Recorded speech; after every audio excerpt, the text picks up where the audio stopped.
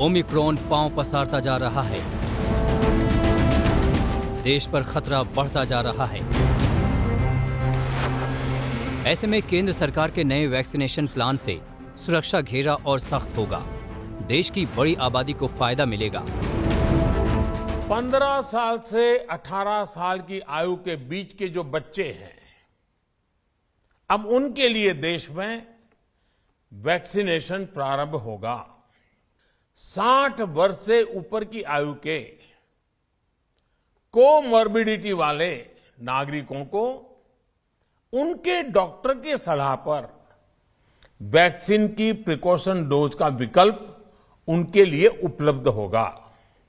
Precaution की दृष्टि से सरकार ने निर्णय लिया है कि हेल्थ केयर और फ्रंटलाइन वर्कर्स को वैक्सीन की प्रिकॉशन डोज भी प्रारंभ की जाए। इसकी शुरुआत 2022 में 10 जनवरी सोमवार के दिन से की जाए। आंकड़े बताते हैं कि देश में 15 साल से 18 साल की उम्र के बच्चों की संख्या 8 करोड़ है। 60 साल से ज्यादा उम्र के बुजुर्ग 13 करोड़ 80 लाख हैं और कोरोना के खिलाफ लड़ाई में जुटे फ्रंटलाइन वर्कर्स की संख्या 3 करोड़ है। सरकार के नए महाअभियान से बड़ी आबादी सुरक्षा के घेरे में पहुंच जाएगी। ये फैसला उस वक्त में लिया गया है जब ओमिक्रॉन के मामले बढ़े हैं और अलग अलग राज्यों में स्कूल कॉलेज खुलने लगे हैं। कोरोना काल में ऑनलाइन क्लास का दौर चल पड़ा था। हालात सुधरे तो राज्य सरकारों ने ऑफलाइन क्लास शुरू करने का फैसला कर लिया। ऐसे में ओमिक्रॉन की दस्तक होने के बाद से सभी की चिंता बच्चों को लेकर थी। 16 जनवरी से देश में वैक्सीनेशन की शुरुआत हुई थी। सबसे पहले फ्रंटलाइन वर्कर्स को कोरोना टीका लगाया गया था।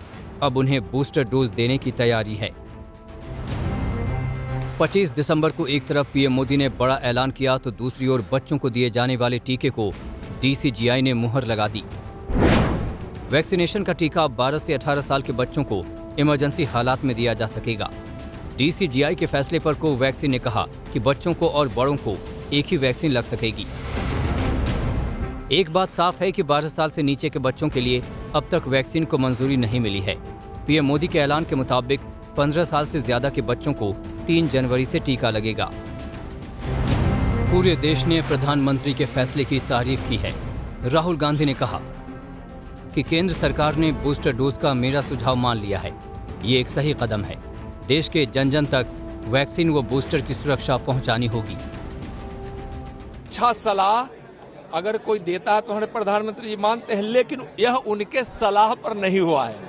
यह माननीय प्रधानमंत्री जी का संकल्प, उनका विजन के कारण इतनी उपलब्धि मिल रही है और इस प्रकार वैक्सीनेशन के माध्यम से भारत कोरोना को पराजित कर रहा है। लेकिन कांग्रेस लगे हाथ केंद्र सरकार की नीतियों पर सवाल भी उठा रही है।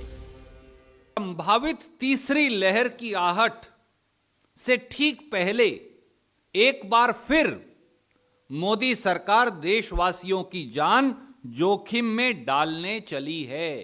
दिशाहीन नेतृत्व, बिना नियंत्रण वाली सरकार, दृष्टि और सोच की भयंकर कमी, केवल हेडलाइन मैनेजमेंट, स्टंटबाजी और इवेंटबाजी, यहां तक मोदी सरकार सीमित हो गई है। कोरोना जैसी खतरनाक महामारी का मुद्दा सियासी नहीं, बल्कि हाथ से हाथ मिलाकर वायरल के खिलाफ लड़ाई लड़ने का है। तभी देश स्वस्थ रहेगा, सुरक्षित रहेगा। मुंबई से पंकज उपाध्याय और दिल्ली से सुप्रिया भारद्वाज के साथ पंकज जैन, आज तक।